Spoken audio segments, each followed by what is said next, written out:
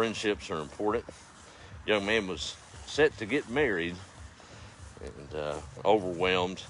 Those of y'all that have been through that festivity know it's a big old long list of stuff to do, and everything's got to come together right at the same moment in time, and that's the challenge, right? It's like herding cats, literally. He leaned on his dad. He said, "Dad, I'm overwhelmed.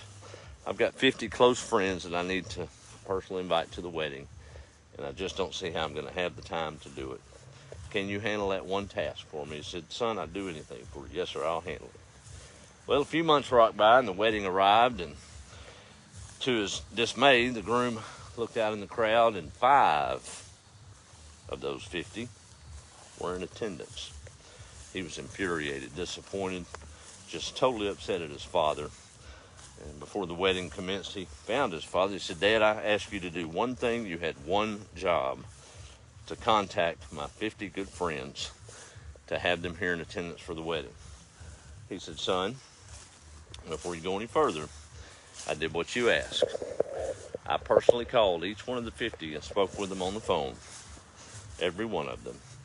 And I told them that you had a need 90 days from the date I called, and they needed to be here at this spot to help you out. The 5 you see out there, those are your friends, son. The rest of them, it speaks for itself. So when the chips are down, no questions asked, a friend is there," right? Thought that was a pretty good lesson. If you're a true friend, sometimes details don't matter, right? Well, y'all just won't let me go, will you? Oh, man.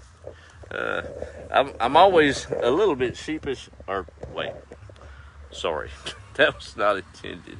Goatish, we'll just say goatish, to get into a too deep thinking of a subject, because this is going to happen, the randomness of a farm. Why am I raising goats? Well, hobby, yeah, that's fun. They don't eat a whole lot, so it's not a big burden that way.